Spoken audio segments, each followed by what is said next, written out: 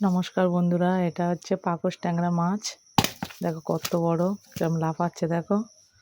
এই পাকস ট্যাংরা মাছটা কাটবো। এই যে ধারে যে কাঁটাগুলো, এই কাঁটাগুলো, এই যে কাঁটা, মানে বিশাল ধার। এই কাঁটা এমন ধার, মানে হাত কেটে পুরো ফালা করে দেবে।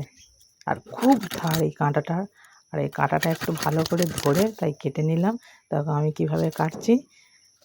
মুড়োটা প্রথম কেটে নিলাম। এই মুড়োটার মধ্যে যে পিত্তির একটা থাকে, এই পিত্তিটা না ফেলে কেমন রক্ত পড়ছে দেখো।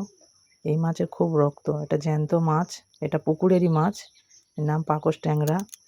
তো পিত্তিটা ফেলে দিলাম, দিয়ে আমি এইভাবে মাছগুলোকে কেটে নিচ্ছি। কত রক্ত দেখো, বুঝতেই পারছো।